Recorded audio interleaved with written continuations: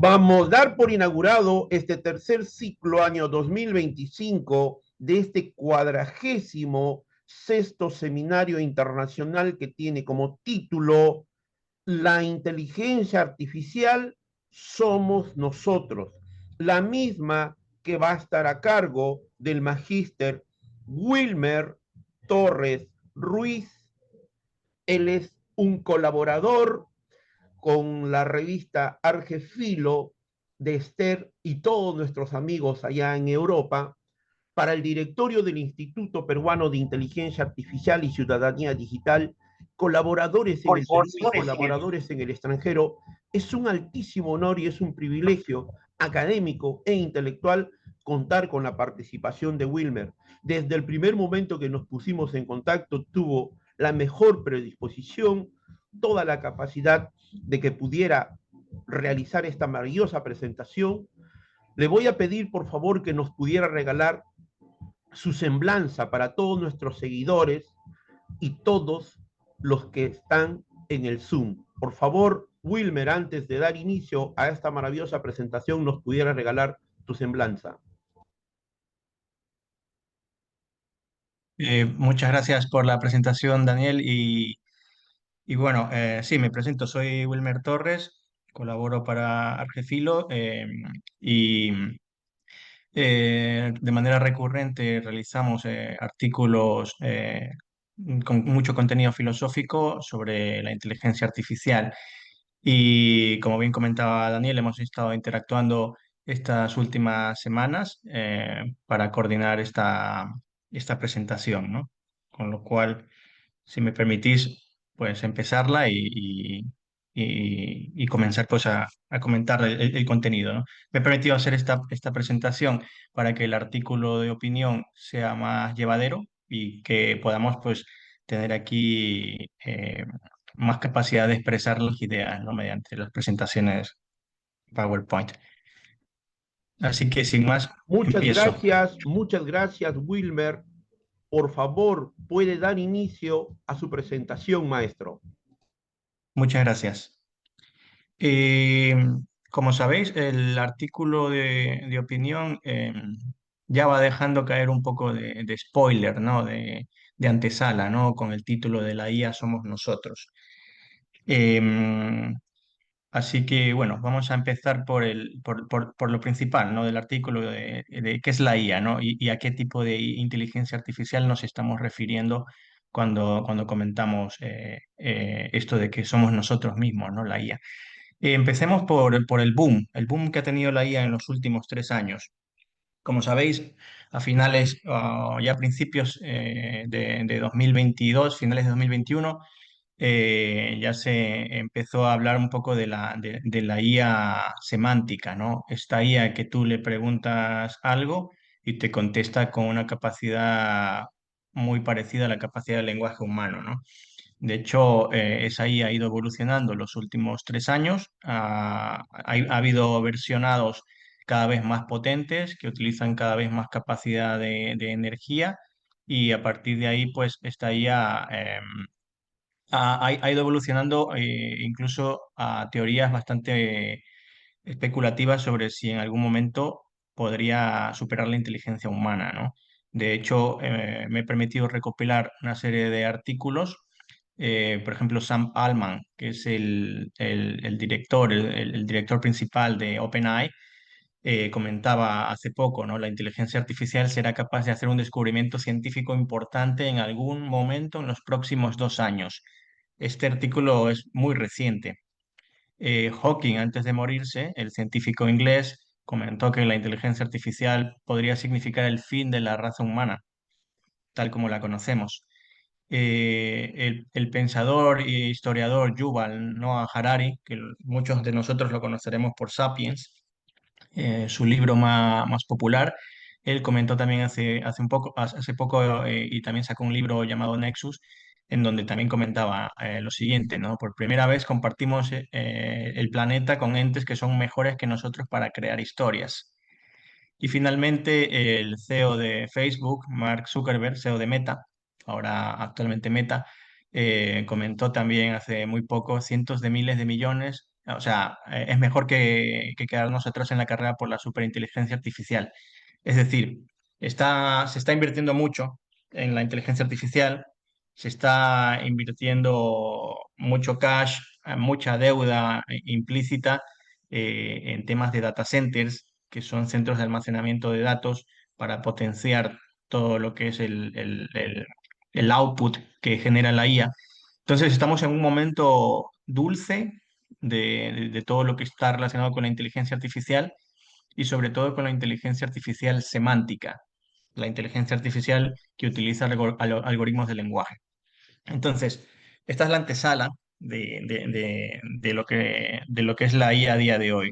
Estamos en un momento de altas expectativas, estamos en un momento de que no se sabe exactamente por dónde pueden ir los vientos de la IA, pero que muchos, como podéis ver en estos pequeños recortes de noticias, tienen la expectativa de que la IA será la siguiente the next big thing, como se dice en inglés, será la siguiente gran arma revolucionaria de la historia, ¿no?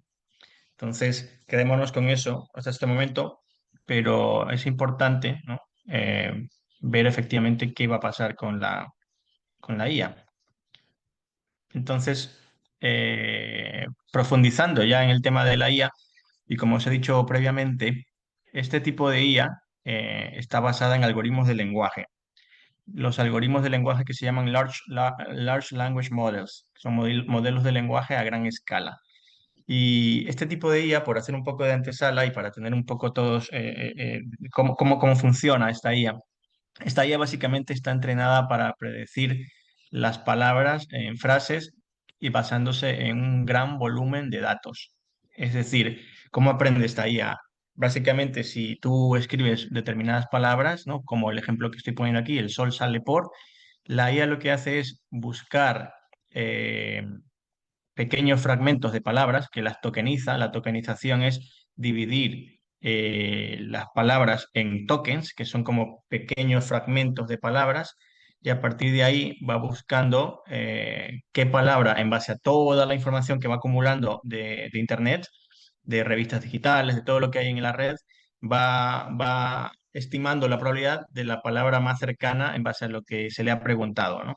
Entonces, cuando tú le preguntas, el sol sale por, lo normal que conteste en base a la probabilidad de las siguientes palabras es el este, ¿no? El sol sale por el este. Y así completa su predicción. Es una forma de trabajar basada en probabilidad, es una forma de trabajar basada en datos y cómo estos datos se van articulando para sacar el siguiente dato más probable en base a lo que tú le has preguntado, ¿no? Entonces, básicamente mecaniza y asigna probabilidad a a todo el lenguaje y en base a lo que tú le preguntes te va generando un output, ¿no? De lo más probable que se pueda contestar.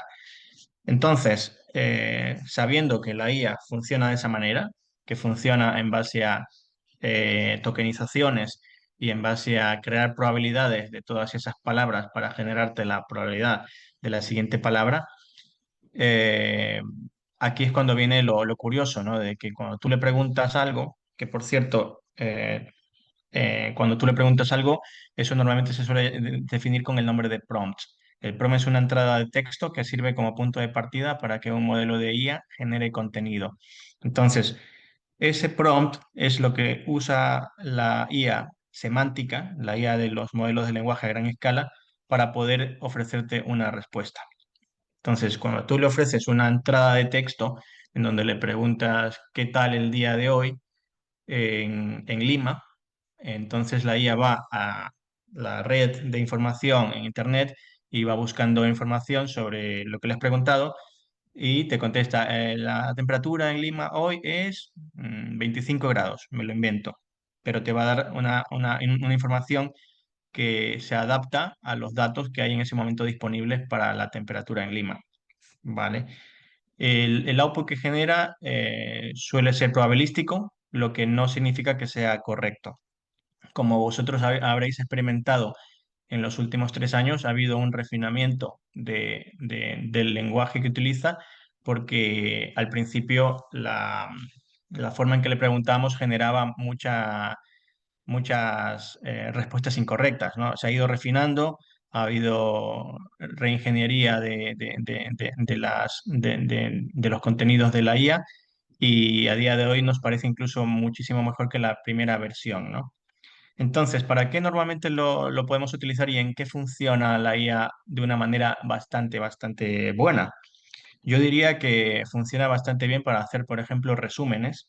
Cuando tú le pides que haga un resumen de algo, de algún contenido que sea muy pequeño, de volumen, hablemos de 3 5 páginas, la IA es capaz de hacerte un resumen de esa información de una manera bastante correcta.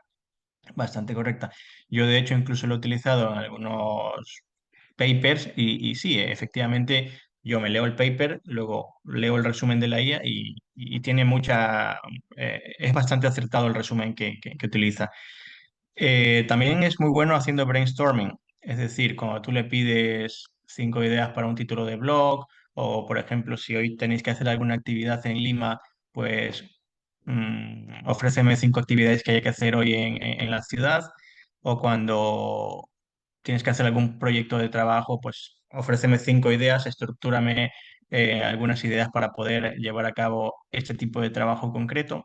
Entonces, lo que hace es que va buscando por internet en base a lo que tú le has pedido y te genera lo más probable.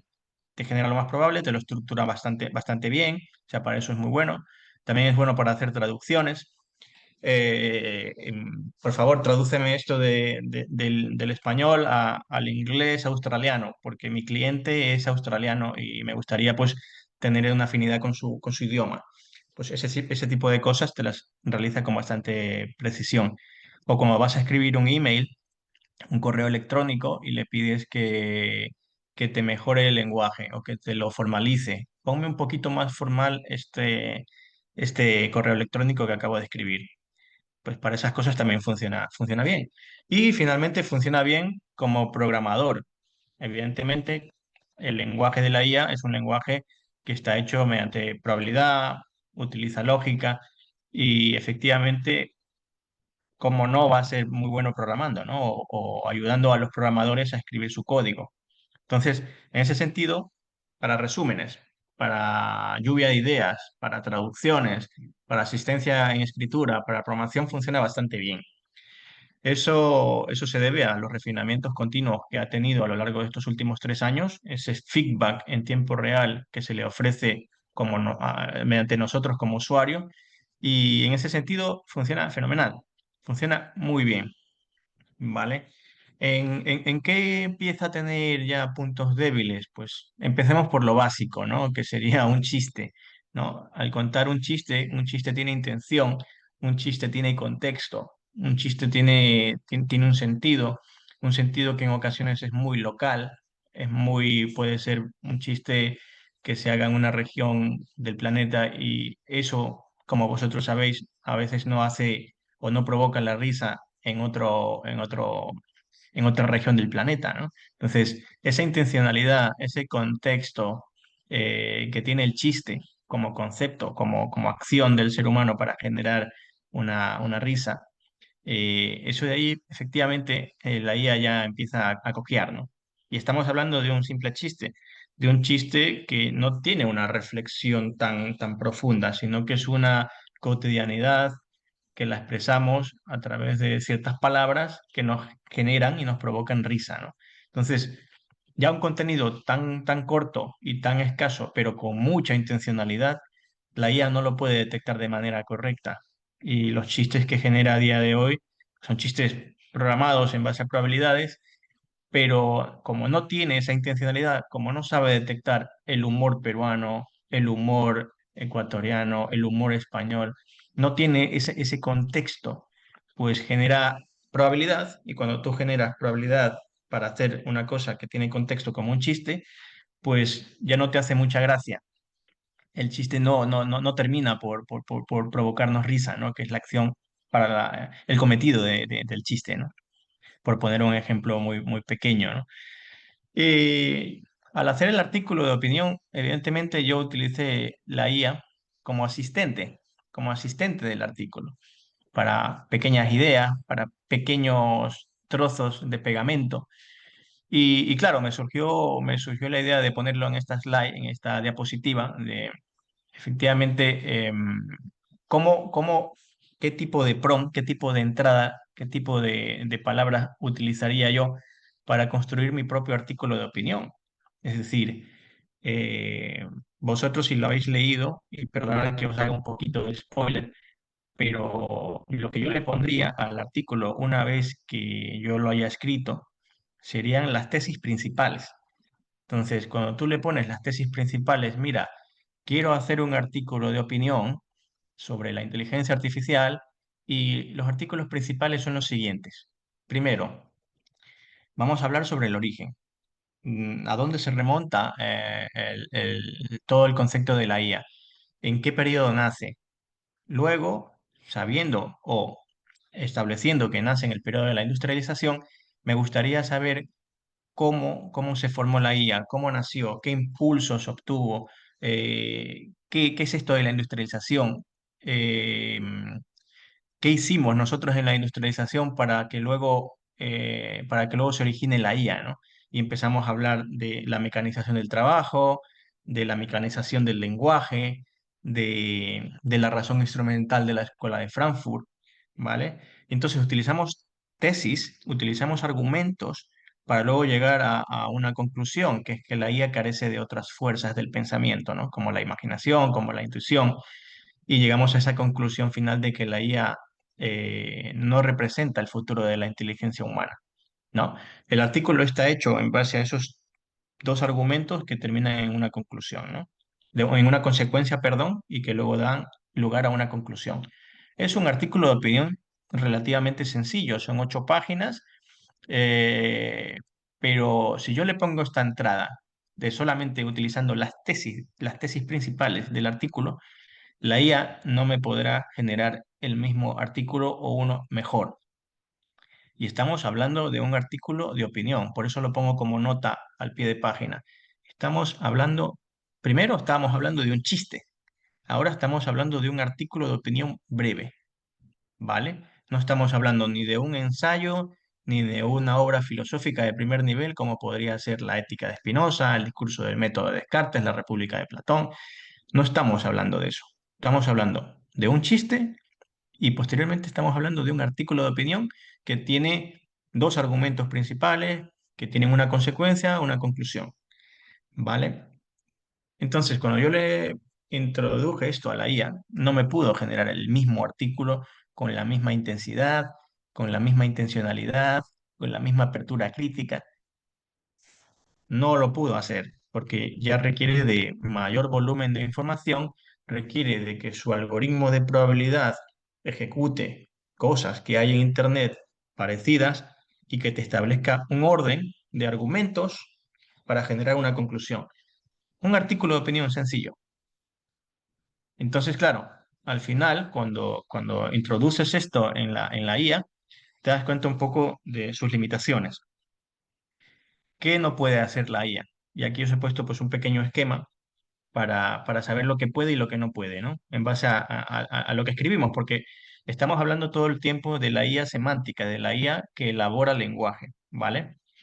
Entonces, la IA es muy buena buscando información, la IA es muy buena estructurando ideas, pero es muy mala formulando tesis, es mala argumentando con matices, es mala dotando visión y dirección intelectual, dirección de pensamiento, es muy mala para eso.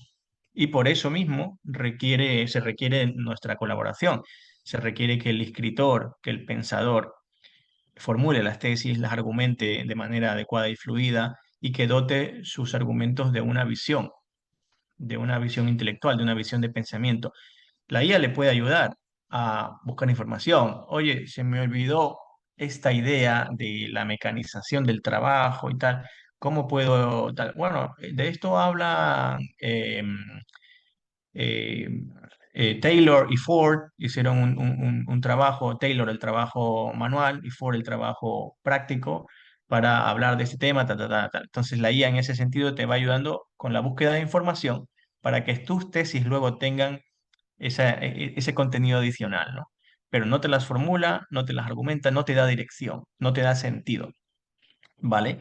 Para eso está nuestra intervención humana.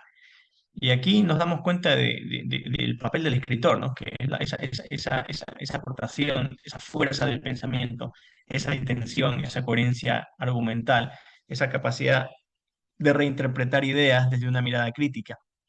Y eso no lo tiene la IA.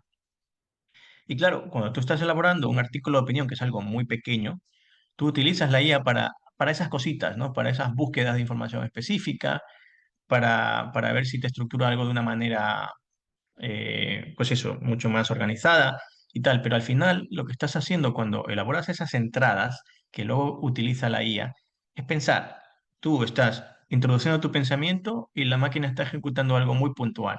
Entonces es paradójico porque al final tú terminas dándole instrucciones a la IA que luego al final la IA ejecuta de una manera muy mecanizada, ¿no? Y al final estás tú mismo pensándote a ti mismo cuando elaboras tus argumentos en las entradas de la IA que el trabajo de la IA, cuanto más elaboras esa entrada, al final menos trabaja la máquina, porque tú eres el que está organizando la información, está pidiéndole cierto contenido, está pidiéndole ciertas búsquedas muy concretas. Entonces, al final la IA, para lo que a mí al menos me ha servido al elaborar el artículo, es para esas especificidades, esas especificaciones muy concretas de información, pero el artículo como tal, los argumentarios, las causas y los efectos son prácticamente del escritor. Y estamos hablando, vuelvo a repetir, de un pequeño artículo de 8 páginas. No estamos hablando de un tratado filosófico, ¿vale? Eso es muy importante matizarlo.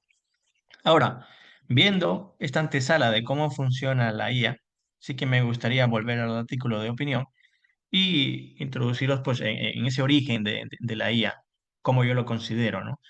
Y yo creo que ese origen tiene lugar en la industrialización, pero vamos a remontarnos un poquito antes.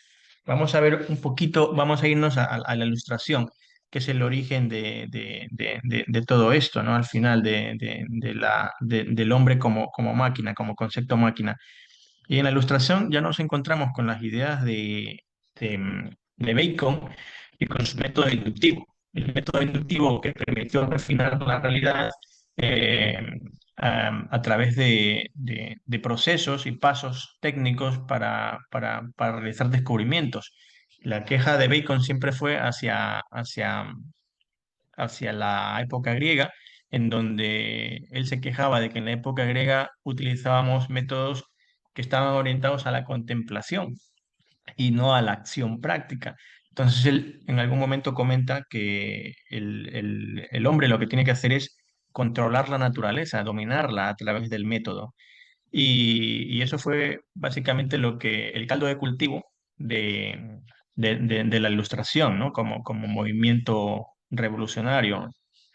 Descartes colaboró bastante con esto. Descartes elaboró la idea o potenció la idea de mecanicismo, que ya sabéis que al final el mecanicismo es la visión del universo como máquina. Y no fue hasta cuando Newton elaboró sus principios que este concepto se vio reflejado y se vio expresado de una manera máxima, ¿no? De una manera bastante que abarcaba todos los aspectos de la vida, ¿no? Newton en sus principios, como sabéis, elabora un tratado físico de partículas. Al final elabora su teoría de la gravitación, las 3 leyes del movimiento, pero Newton en los principios, cuando él habla de los cuerpos, él nunca se refiere al cuerpo humano. De hecho, yo en algún capítulo de mi libro sí que me permito pues hacer esa crítica, ¿no? a Newton. Y os voy a leer un poco pues algunas proposiciones de Newton, ¿no? En los principios. Proposición 10, problema 5. Si un cuerpo gira en una elipse, se propone hallar la ley de la fuerza centrípeta que tiende al centro de la elipse. Otra proposición adicional del teorema 20.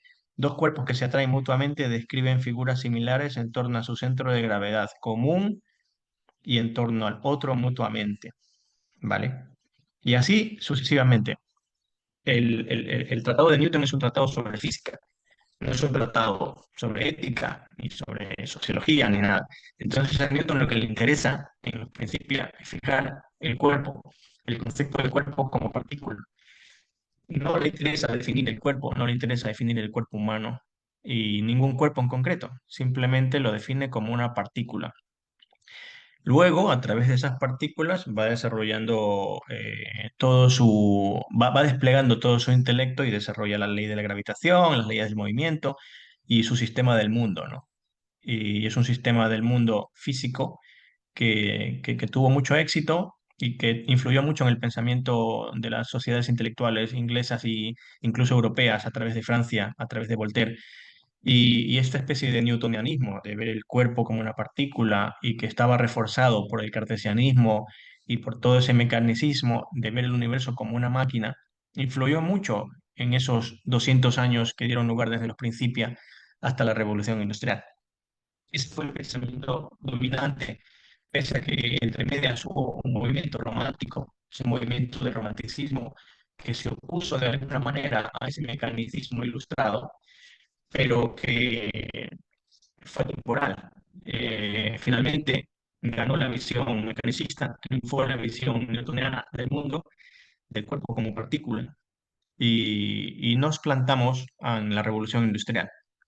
En la revolución industrial, en donde se aplicó finalmente ese mecanicismo a las formas de trabajo.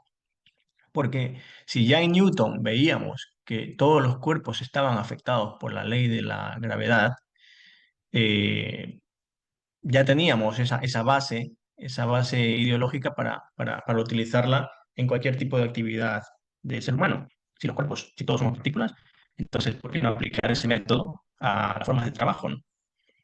Entonces empezó la industrialización. Este cuadro que os pongo en la presentación es un cuadro de Turner, que es un gran pintor inglés, en donde era un pintor que es considerado parte del romanticismo, pero ya en sus cuadros va denotando toda esa época industrial que se va formando en Inglaterra, ¿no?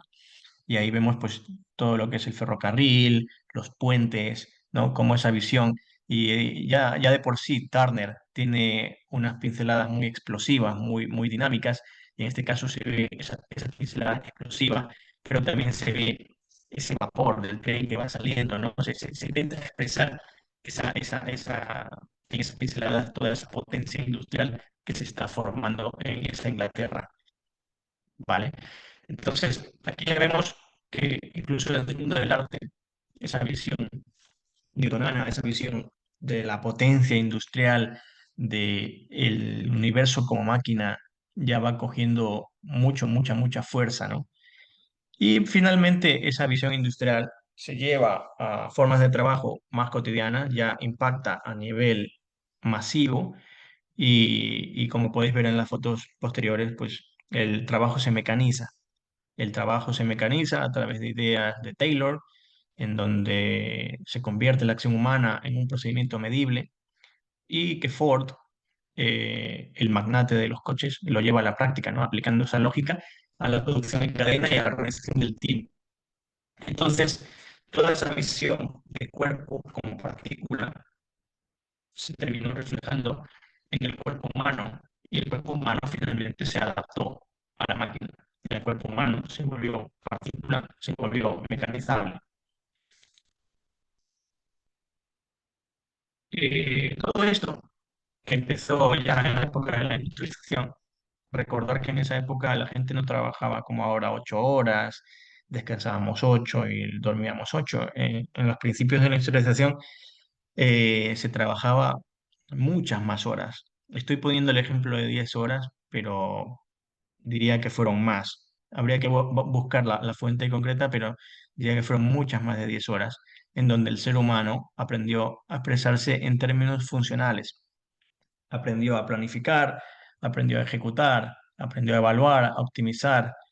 Y en todo ese proceso, en donde el cuerpo humano se adaptó a la máquina y se adaptó a los procesos industriales, también el habla se hizo técnica, el lenguaje se tecnificó, empezamos a hablar en términos de optimización, de procesos, se empezaron a estandarizar normas y procedimientos, porque como sabéis, el tiempo humano dedicado al esfuerzo de la máquina es limitado. No sé si trabajamos alrededor de 35, 40, 50 años en nuestra vida electrosexual. Prácticamente nos pasamos un montón de tiempo trabajando, pero la máquina nunca para. La máquina sigue trabajando. Entonces se requirió elaborar y establecer normas y procedimientos para que cualquier nuevo trabajador pueda asimilar esos procedimientos para poder llevar a cabo su trabajo.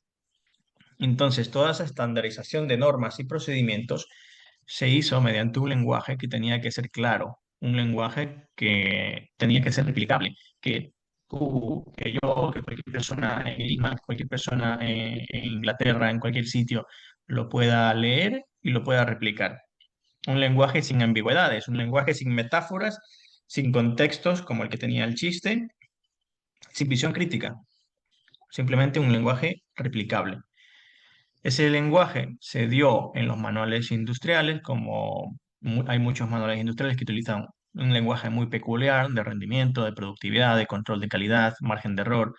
También se dio en los manuales financieros, donde se hablaba de probabilidad de incumplimiento, rentabilidad, beneficios, y demás, ¿no? Y también se dio en los lenguajes militares, donde se habla de precisión, orden, mando, reporte, e incluso se dio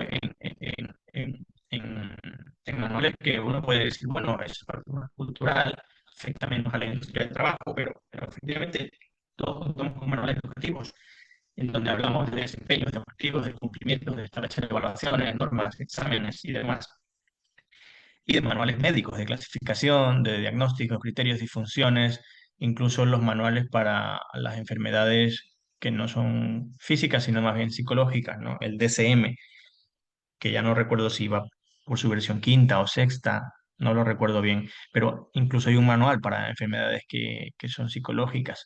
Entonces, todo el lenguaje al final se terminó estandarizando, se terminó eh, sí, llevándolo a un lenguaje replicable, a un lenguaje entendible por cualquier persona, con el beneficio de que cualquiera pueda ejecutarlo en el medio plazo o en el largo plazo, ¿no?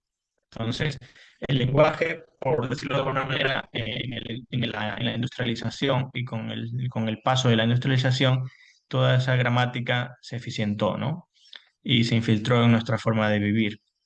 Hay una parte del artículo en donde yo comento que a día de hoy prácticamente lo medimos todo. A día de hoy todo es medible y todo es mecanizable y todo ese lenguaje que se utilizaba y que se infiltró en nuestra cotidianidad terminó afectándonos incluso a día de hoy. Seguimos hablando de esa manera, ¿no?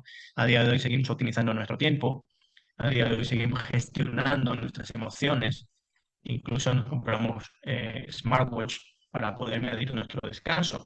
E incluso cuando vamos con amigos, vemos restaurantes para comer y entramos en un restaurante en base a la puntuación que le hemos dado.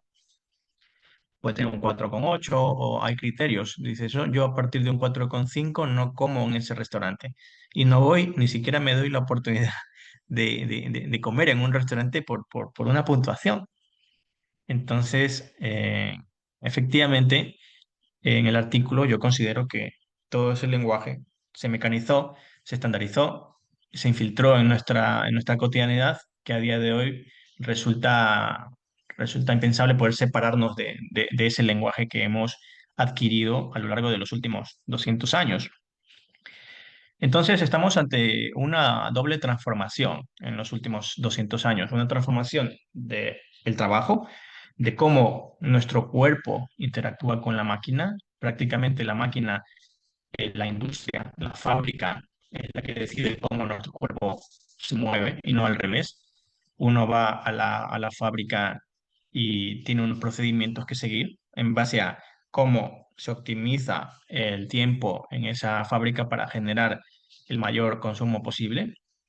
Y nuestros cuerpos se adaptan a esa máquina, van, pasan 8 o 10 horas y cumplen con su objetivo, ¿no? Que es optimizar las ganancias, ¿no? Esa transformación en nuestro cuerpo, en el trabajo, también tuvo lugar en el lenguaje. A lo largo de los últimos años, los últimos 200 años, se ha estandarizado todo ese lenguaje para que los siguientes seres humanos que trabajen en esas fábricas puedan interpretar ese lenguaje de una manera muy simple, muy sencilla, muy mecanizable.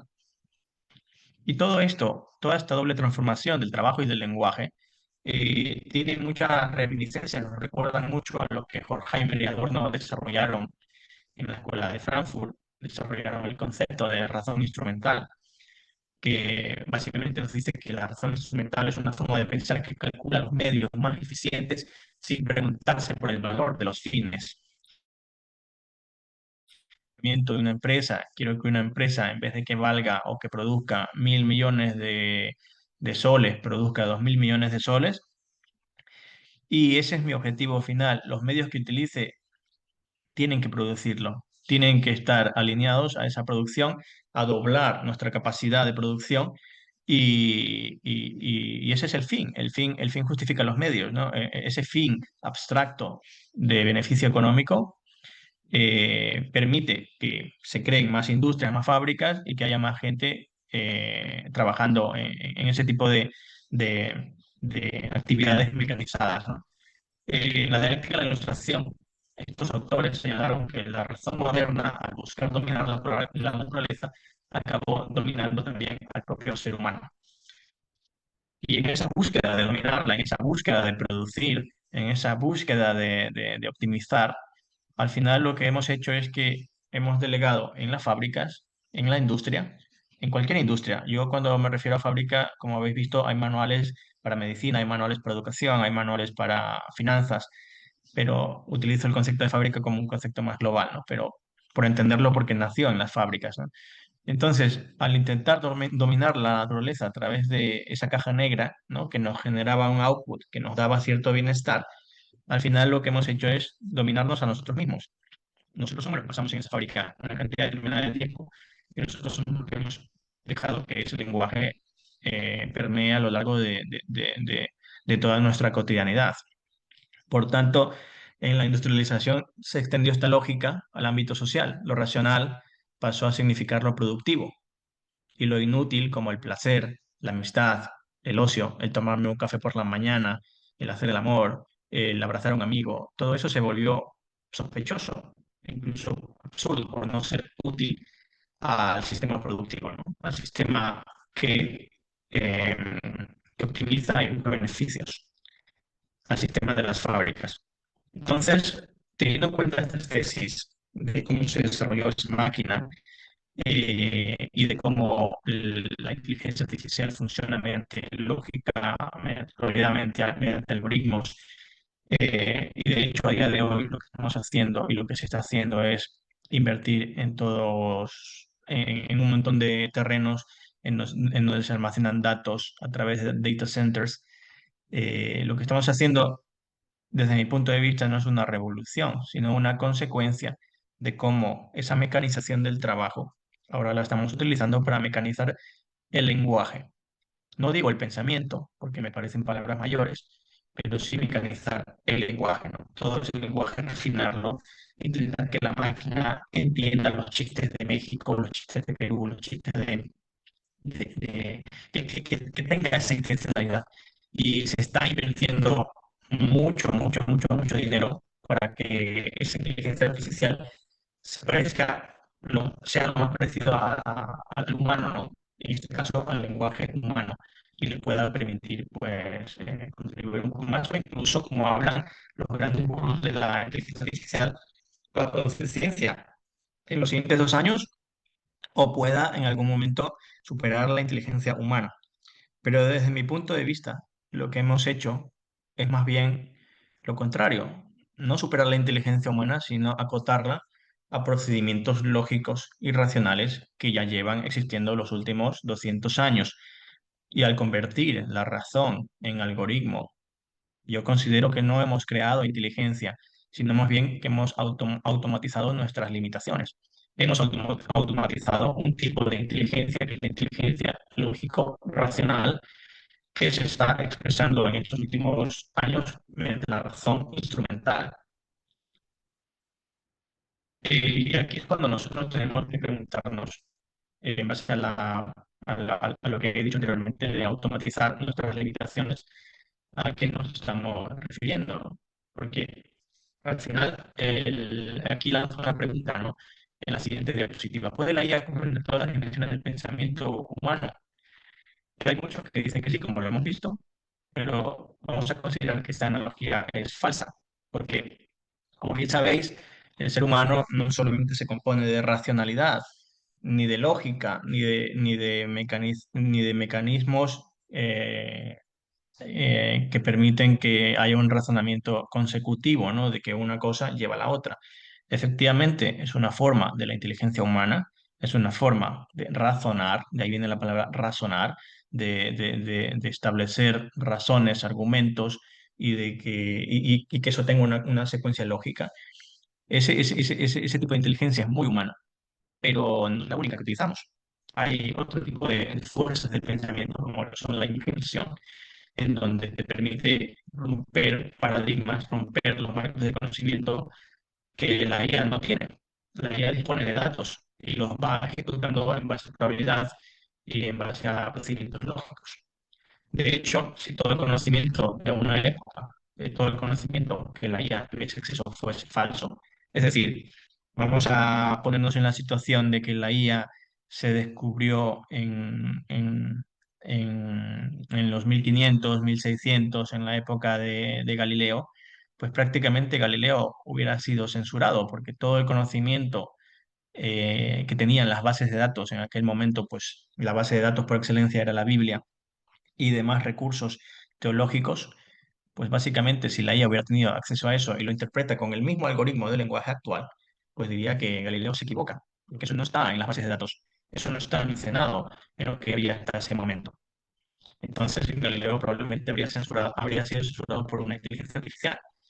Y lo mismo Einstein, cuando mediante su ejercicio de imaginación creativa pudo desarrollar su teoría de la relatividad general, la IA hubiera descartado las ideas de Einstein porque dentro de lo que había hasta el siglo XX, que era toda la industria, toda la física newtoniana, no existía ese concepto de espacio-tiempo como un entramado que se deforma y el tiempo se dilata. Y bueno, al final, toda esa teoría de la relatividad general hubiera sido descartada también por la IA, porque los datos que había hasta ese momento no permitieron que ese modelo probabilístico genere esa posibilidad.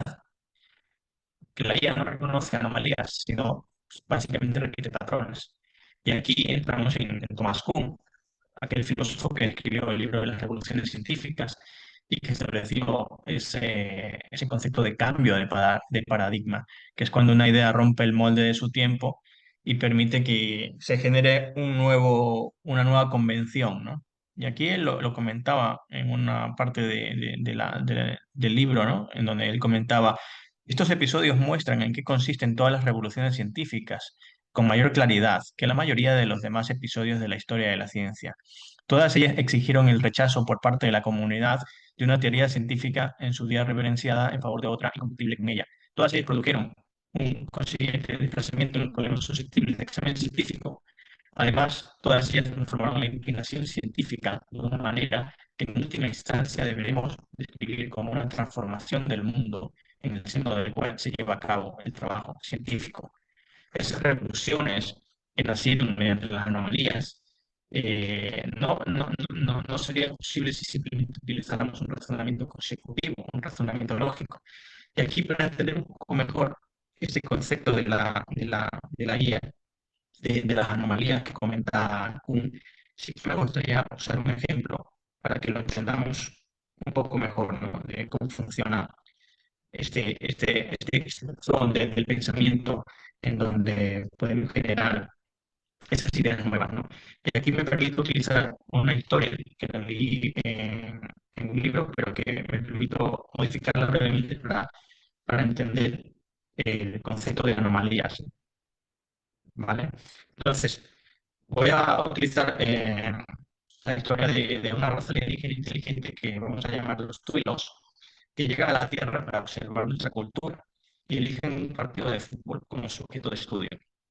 Sin embargo, estos alienígenas no pueden ver los colores blanco y negro, por lo que el balón, la pelota de fútbol, es invisible para ellos.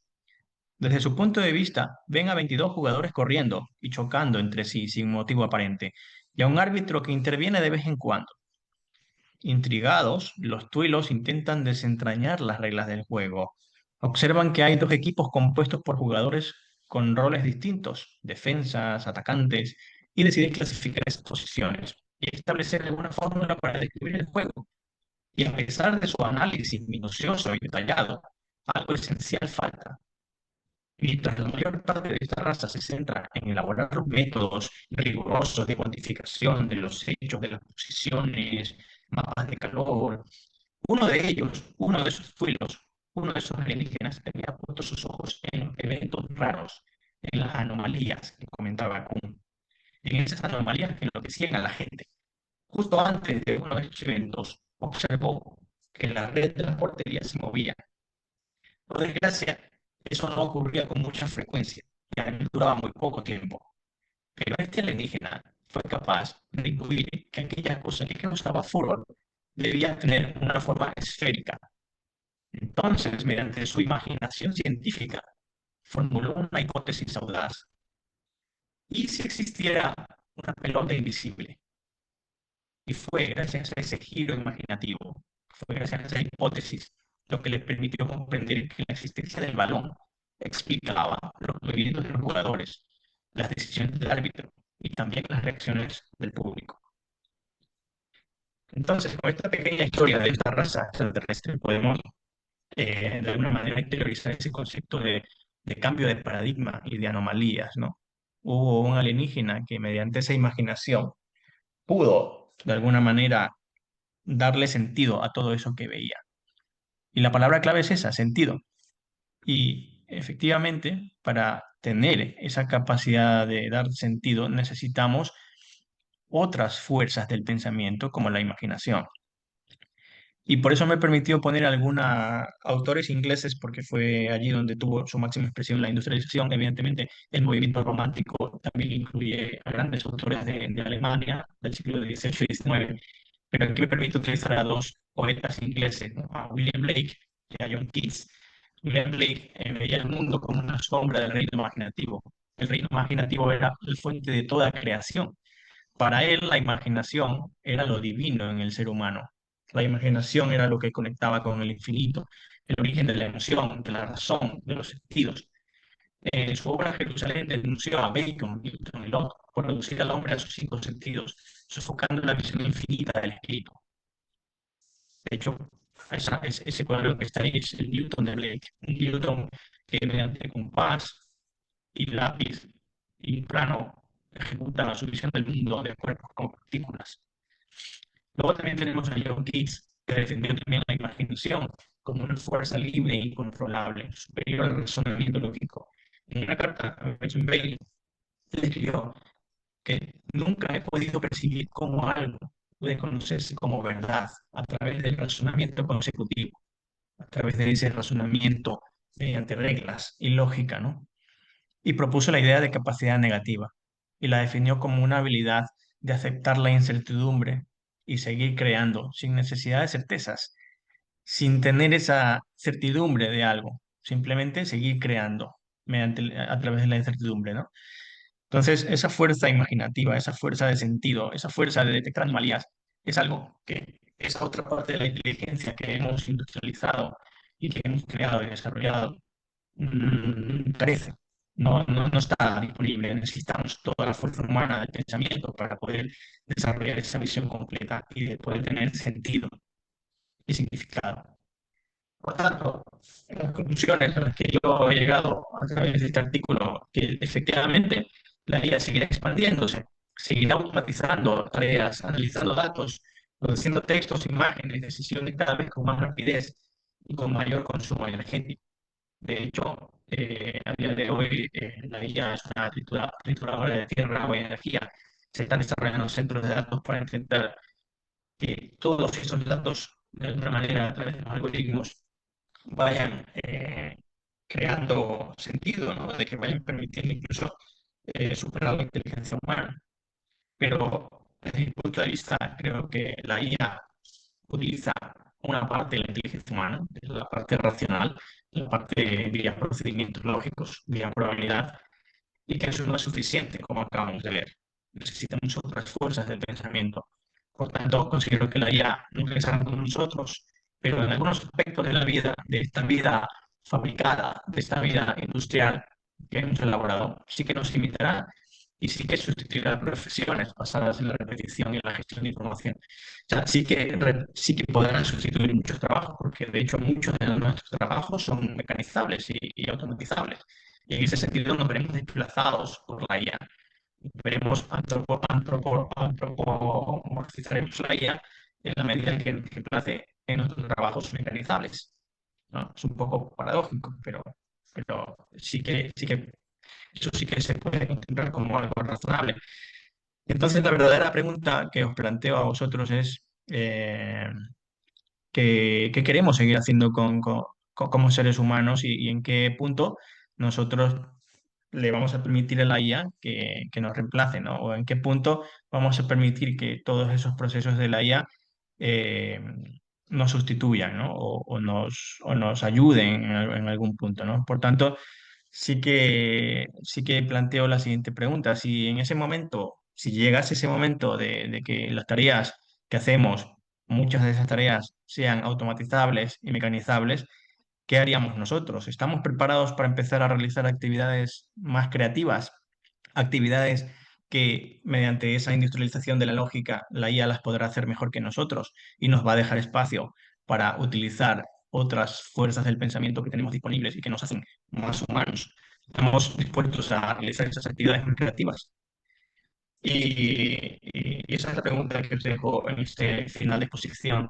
Y concluyo comentando que la IA al final, desde mi punto de vista, no reemplazará la inteligencia humana. La inteligencia humana tiene muchas variantes, como la intuición, como la imaginación, que nos permiten expandir nuestro conocimiento sobre el mundo, pero sí la IA sí pondrá a prueba nuestra capacidad de usarla con propósito, ¿no?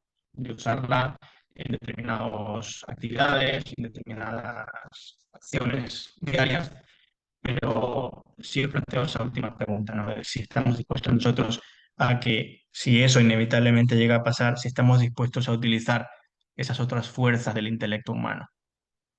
Y aquí con presentación. Muchas gracias a todos.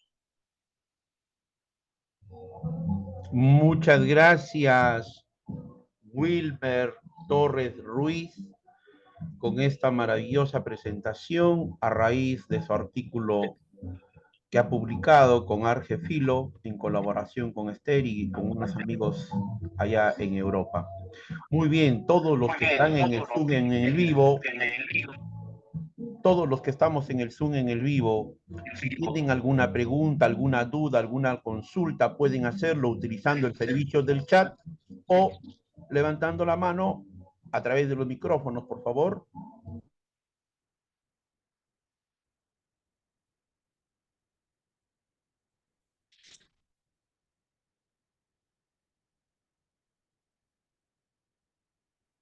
¿Alguna pregunta, alguna duda?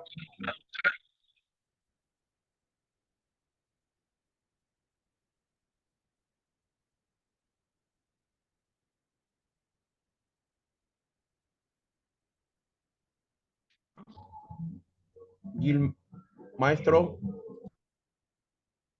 Dígame.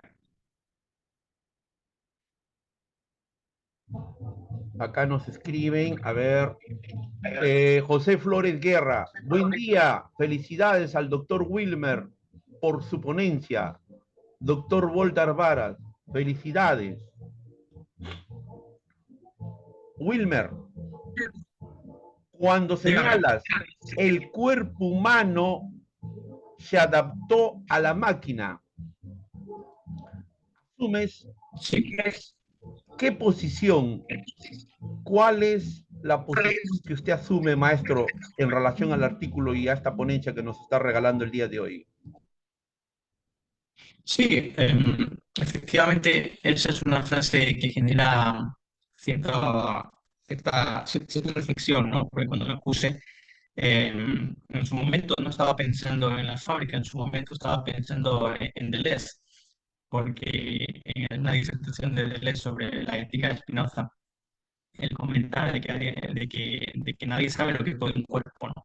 Un cuerpo es capaz de expresar toda la intensidad divina del atributo de los atributos divinos de Dios, ¿no? Cuando él interpreta la ética, siempre está hablando desde una visión pues más especulativa, pero resulta interesante que él comentara eso, ¿no? De que a día de hoy, de hecho, el mismo Spinoza lo comenta en la ética, en el siglo XVI, XVII, él comentó, hasta ahora nadie sabe lo que puede un cuerpo. Y yo creo que a día de hoy tampoco lo sabemos. No sabemos qué puede un cuerpo porque dimos un giro hacia una forma de pensamiento lógico, racional, y desde allí no hemos salido. Hemos adaptado el cuerpo a esa visión de vivir, ¿no? Hemos adaptado el cuerpo a una visión mecanicista, a una visión en donde nuestros cuerpos humanos que tienen capacidades, por llamarlo utilizando las palabras de Blake, divinas, esos cuerpos humanos que tienen esa capacidad de creación infinita, se dirige diariamente a una fábrica a producir objetos, ¿no? Y esa es la crítica y la reflexión que podemos hacer. El cuerpo humano, ese cuerpo que tiene esa capacidad infinita y capacidad divina que va más allá de los sentidos, se dirige diariamente desde hace más de 200 años a una fábrica a, a producir cosas de manera mecánica. Nuestros cuerpos se mueven de manera mecánica. Se establece ese mecanismo para aumentar la producción. Y esa es la crítica que contienen esas palabras. El cuerpo humano se adaptó a la máquina. Ese cuerpo humano divino, ese cuerpo humano lleno de creatividad, de imaginación, capaz de romper moldes, capaz de detectar anomalías. Ese cuerpo humano diariamente va a una fábrica y se adapta y solamente utiliza esa biomasa para poder producir objetos, ¿no? Y esa es la gran reflexión de esa frase, ¿no? De que el cuerpo humano finalmente se adaptó a la fábrica, a la máquina. Muchas gracias. Hay una pregunta de Yasmín. Muchas gracias. Interesante disertación. De acuerdo a la perspectiva de su artículo, ¿cuál es la tendencia que tendrán las habilidades del ser humano frente al uso de la inteligencia artificial? Muy buena pregunta, Yasmín. Muchas gracias. Yo creo que la inteligencia artificial, como hemos visto, se ha ido refinando en los últimos 3 años y nos da respuestas cada vez, no diría cada vez más humanas, pero sí cada vez más adecuadas, ¿no? Cada vez más acertadas.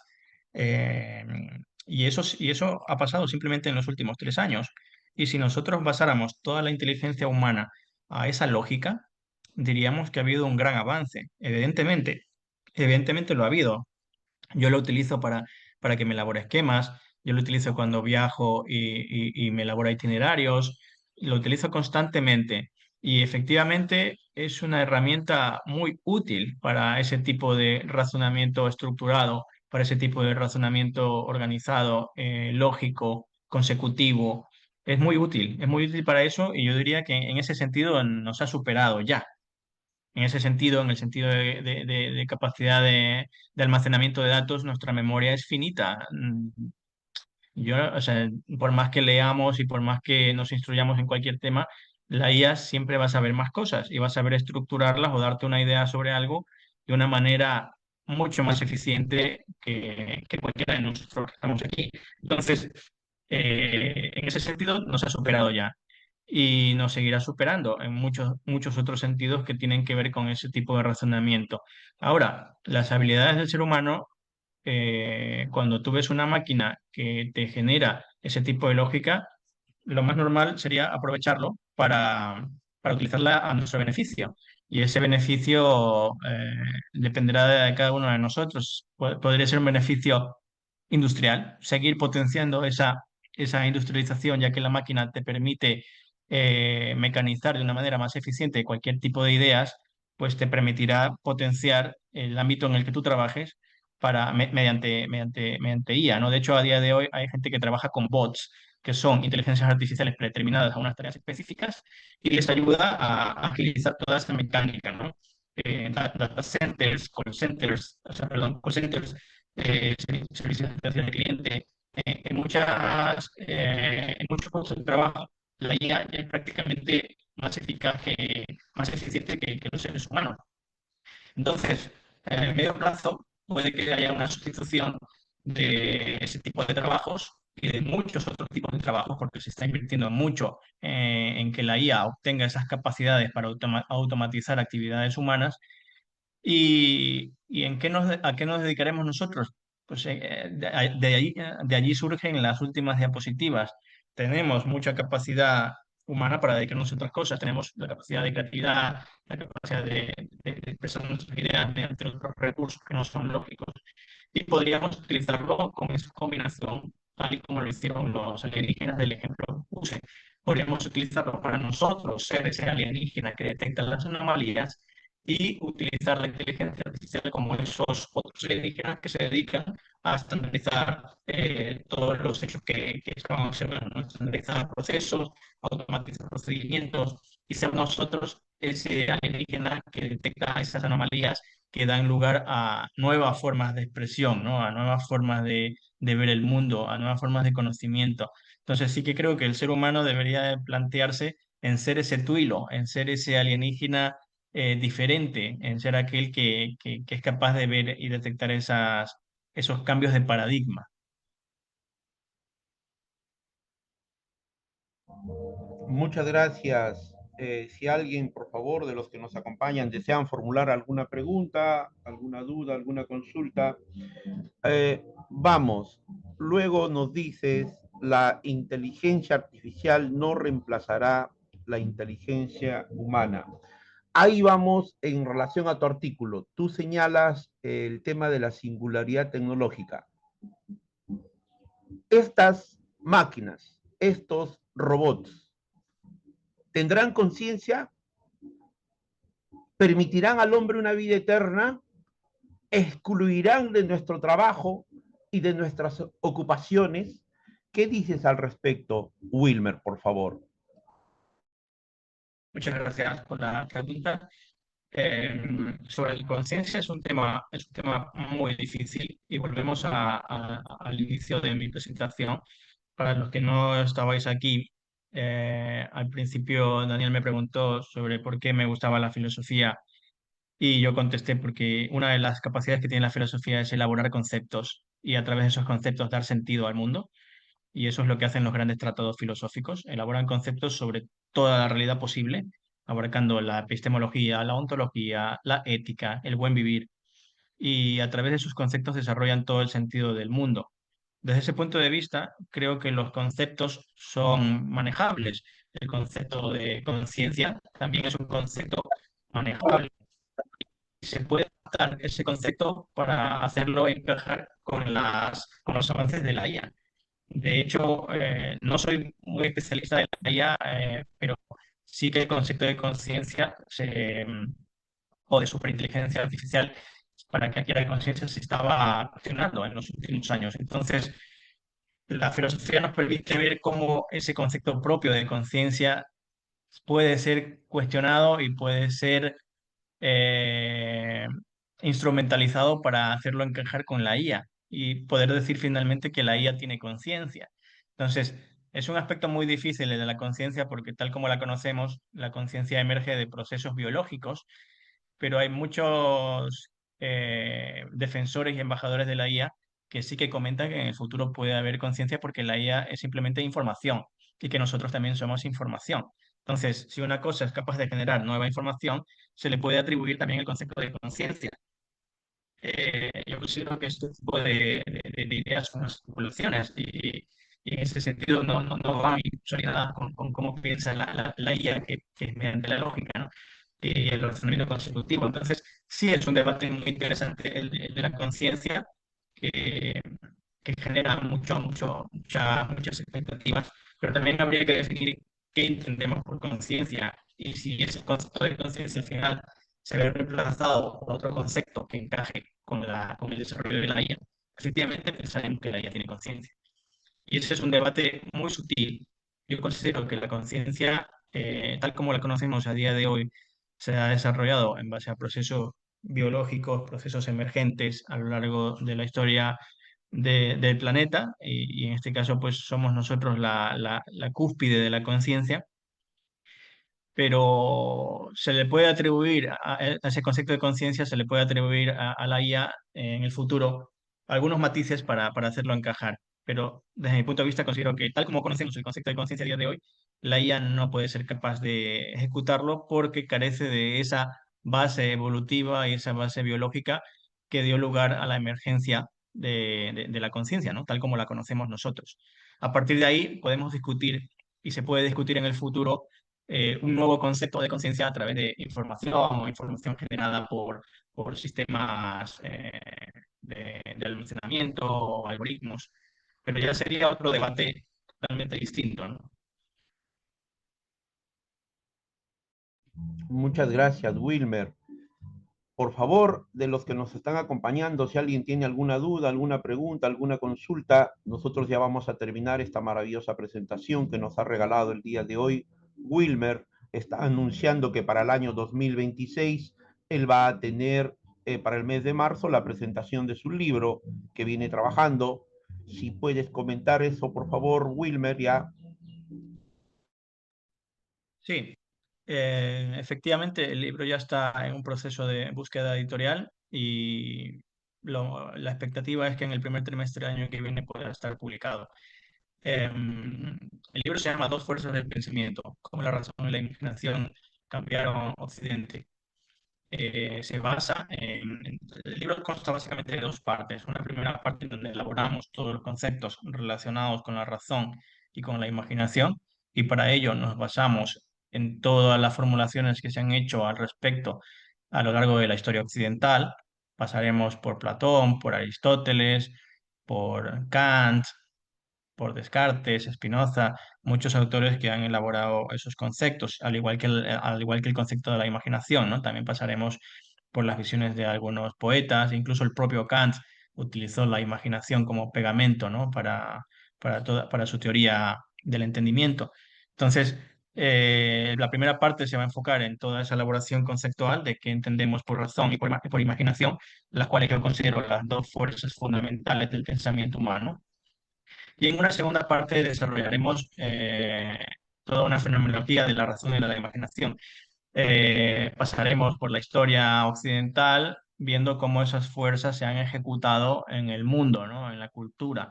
Veremos quiénes han sido sus principales embajadores y veremos cómo han sido fuerzas antagónicas en algún momento, pero esa antagonía, esa antítesis les ha permitido superarse la una a la otra.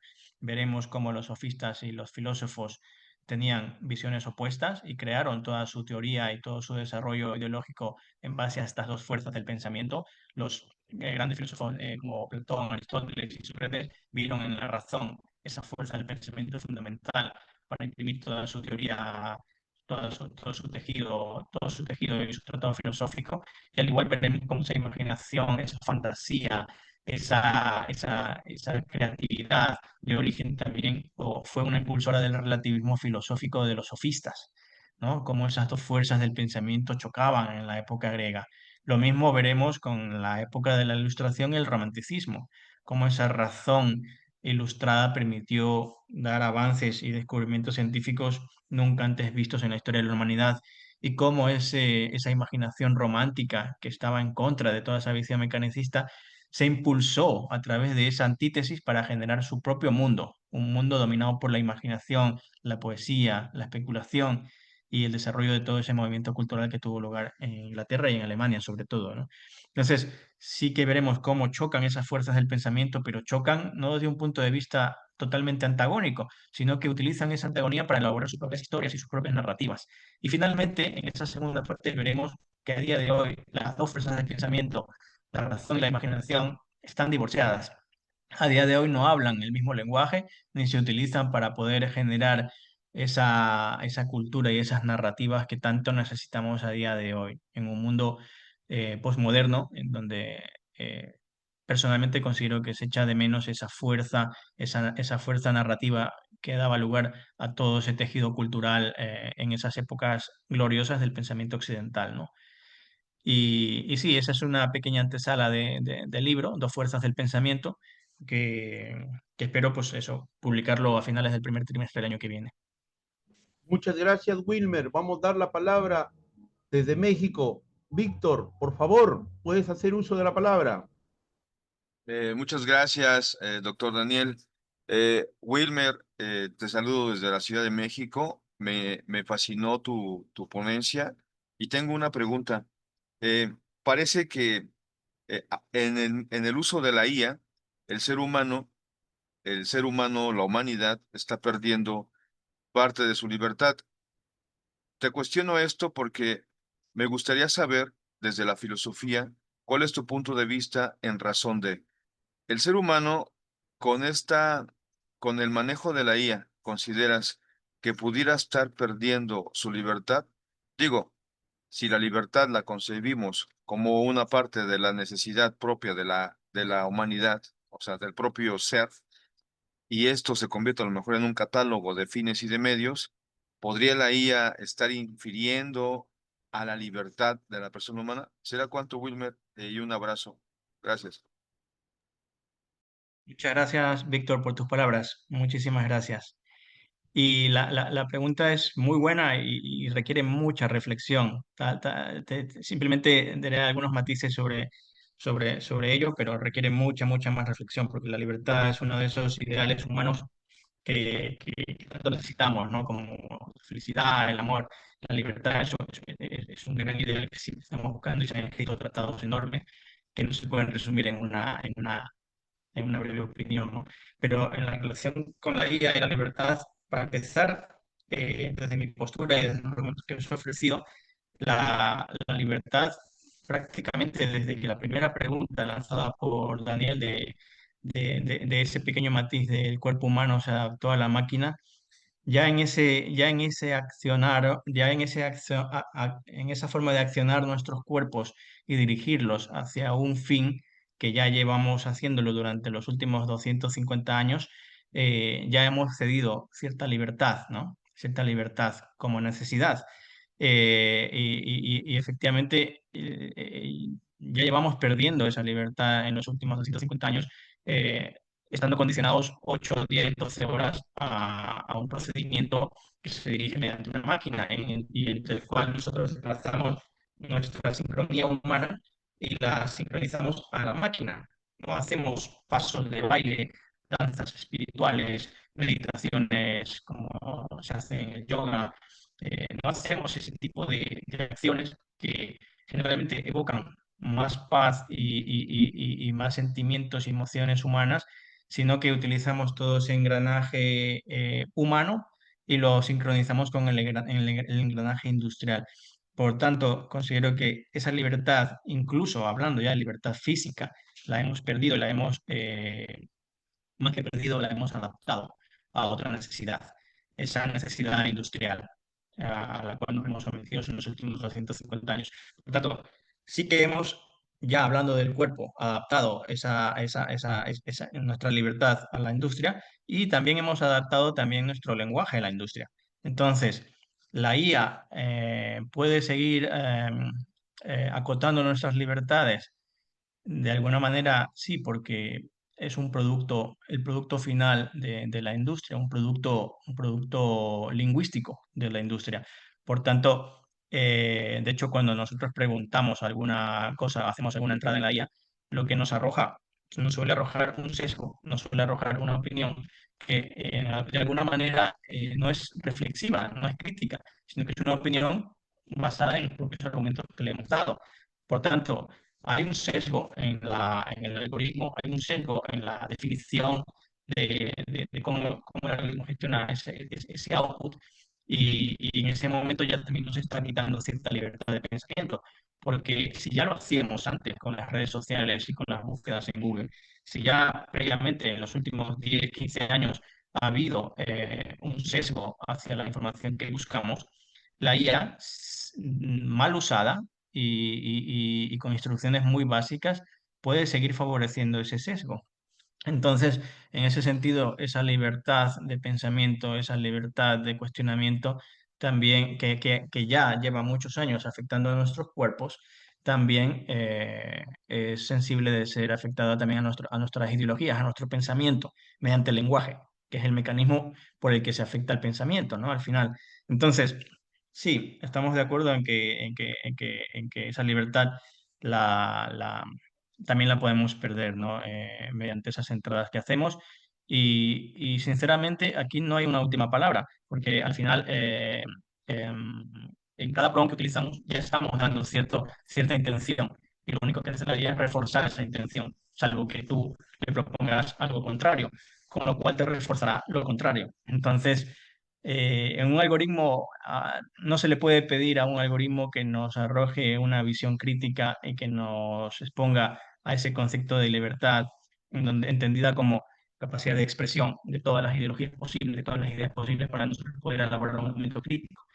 Entonces, ya desde el propio prompt, desde la propia entrada, estamos sujetos al algoritmo, ¿no? Muchas gracias, maestro. Bueno, el día de hoy, el tiempo que ha estado programado esta maravillosa presentación de Wilmer Torres Ruiz, hemos cubierto, han participado con algunas preguntas, los que nos han acompañado. Les invitamos a que se suscriban en el canal de YouTube Instituto Peruano de Inteligencia Artificial, abreviado Ciudadanía Digital CD. Suscríbanse, nosotros al mes tenemos 30 presentaciones. Cada mes, los sábados a las 10 de la mañana, son presentaciones internacionales desde diferentes tópicos, temas que tratamos la inteligencia artificial. Y, por favor, maestro, en relación a su artículo científico, para culminar, a ver, nos están escribiendo acá, vamos a ver, Christopher Abraham Guillén Huanqui, un integrante del Instituto Arequipa, Perú, muchas gracias por tan excelente ponencia. Doctor Wilmer, cordiales saludos desde Arequipa, Perú. Yasmín, una colaboradora nuestra del instituto, muchas gracias, saludos desde Colombia. Entonces, maestro, una última pregunta para despedirnos, por favor. Las máquinas, según lo que usted escribe en el artículo, algún día reemplazarán el pensar, el meditar, el razonar del hombre. ¿Qué dice usted al respecto, maestro, por favor? Muchas gracias por esta última pregunta, que también es muy reflexiva, al igual que las otras. Em, Creo que las máquinas como tal, y lo decía en alguna parte del artículo, no tendrán esa capacidad de crear un Bach IA, un Spinoza IA, un Einstein IA. No habrá esa posibilidad, sobre todo porque no tienen un contexto, simplemente interpretan datos y bajo un algoritmo de probabilidad generan un output que nosotros podemos entender porque hablamos el lenguaje de los idiomas, ¿no? Entendemos todo ese vocabulario, ¿no? Ya sea en el español, el inglés o cualquier otro idioma que pueda tokenizar el Large Language Models, ¿no? Entonces, desde ese punto de vista, la IA simplemente es un proceso tal como está a día de hoy elaborada y que esos algoritmos llevan muchos años en el mercado, simplemente que a día de hoy se tiene la potencia de almacenamiento de datos que antiguamente no se tenía. Entonces, creo que la IA nos puede ayudar a nuestras reflexiones, nos puede ayudar a potenciar nuestras ideas, nos puede ayudar en la búsqueda de información, nos puede ayudar en muchos aspectos de la vida, pero no se le puede pedir a un algoritmo que piense como nosotros, porque no tiene un contexto, no tiene una intención, no sabe interpretar apenas un chiste e incluso un pequeño artículo de opinión como el que os acabo de compartir. Entonces, la IA como tal no es capaz de generar un pensamiento tan desarrollado, tan argumentado, tan reflexivo y con un contexto, ¿no? Porque al final cuando nosotros estudiamos a los grandes pensadores de la historia, siempre los estudiamos mediante un contexto. Empezamos estudiando la historia, en qué contexto ellos vivieron, por qué tuvieron esas ideas. Y todo ese conocimiento que está plasmado a través de las pinturas, a través de los escritos, a través de las melodías, a través de la arquitectura.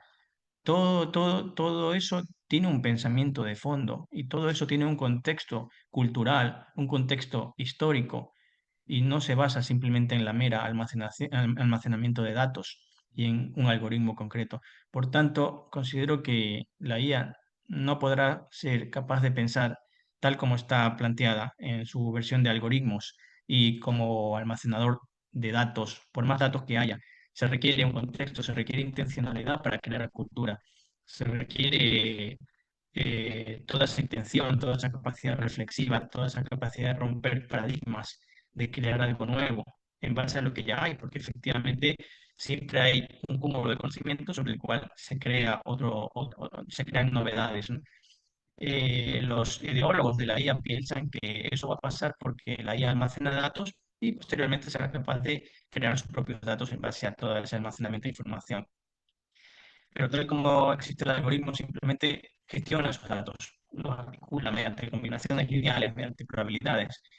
Pero dudo mucho, y de allí mi crítica a todo esto, dudo mucho de que de ese proceso pueda emerger algo como la conciencia y la capacidad humana de creación que se ha desarrollado a lo largo de tantos años, ¿no? Y que toda esa capacidad de creación, de imaginación, que van más allá de la mera razón, del mero producto racional de argumento, argumento, consecuencia, dudo mucho de que esa inteligencia artificial pueda llegar a replicar todos esos dones divinos que tiene el pensamiento humano, ¿no? Así que mi conclusión es esa, que será un buen servidor, será una herramienta útil para nosotros, porque potenciará parte de nuestro pensamiento racional, parte de nuestro pensamiento lógico consecutivo, pero jamás podrá desarrollarse porque no tiene un contexto, no tiene intencionalidad, no tiene esa humanidad, no tiene el alma para reflexionar sobre temas muy concretos y para romper paradigmas. Totalmente de acuerdo con lo señalado. Nosotros acá en el instituto, ya los 4 años que nos vamos, el directorio, colaboradores, los diferentes equipos y proyectos que tenemos, coincidimos en sostener que la maravilla más importante en el universo es el ser humano, su cerebro y particularmente como producto su conciencia. Somos nosotros quienes creamos cultura, somos nosotros quienes creamos y creadores de técnica, de tecnología, de inteligencia artificial y de todas estas nuevas herramientas. En ese sentido, Wilmer Torres Ruiz, palabras de despedida, por favor, maestro. Simplemente agradeceros a todos los que os habéis podido conectar y también devolveros ese calor humano de agradecimiento que he visto en los chats y de las preguntas a los que se han atrevido también. Muchísimas gracias. Muchísimas gracias, Daniel, por ofrecerme este espacio, tanto para hablar sobre este tema como para promocionar mi futuro libro. Así que estoy encantado de haber estado aquí y de eso, de ser partícipe en el futuro de nuevas charlas, ¿no? Muchas gracias a todos. Las puertas del instituto siempre están abiertas, por favor, Wilmer, no solamente para usted, para los que nos escuchan, para todos, las puertas de nuestro instituto están abiertas. Vamos a dar por clausurado este tercer ciclo año 2025 de este 46º Seminario Internacional que tuvo como título La inteligencia artificial somos nosotros, a raíz del artículo científico que publica Wilmer Torres Ruiz con Arge Filos allá en Europa. Para el directorio del Instituto Peruano de Inteligencia Artificial y Ciudadanía Digital, colaboradores en el Perú y en el extranjero, ha sido un altísimo honor, un privilegio académico e intelectual contar con la participación. Él nos ha acompañado remotamente desde Nueva York. Un abrazo muy fuerte, maestro. Este video en las 2-3 próximas horas va a estar en el canal de YouTube y la vamos a compartir en todas las redes sociales del instituto. Y además no se olviden, en el año 2026, para marzo, va a tener su libro Wilmer Torres Ruiz. Hay mucho que aprender, hay mucho que meditar, hay mucho que seguir verificando, comprobando qué es lo que está sucediendo en estos tiempos en el mundo. De alguna de otra forma, el trabajo maravilloso de Wilmer se acerca a esa labor. Un saludo, a ver, nos están escribiendo aquí. El doctor Voltas Varas, muchas gracias. Jorge Luis Arrasco Alegre, gracias. María de Lourdes González, gracias. Yasmín, gracias. Feliz día para todos. Doctor Volta, gracias. José Flores Guerra, un abrazo muy fuerte para todos ustedes. Bonito sábado, bonito fin de semana con la familia. Maestro, abrazo, Wilmer. Muchas gracias. Un abrazo a todos.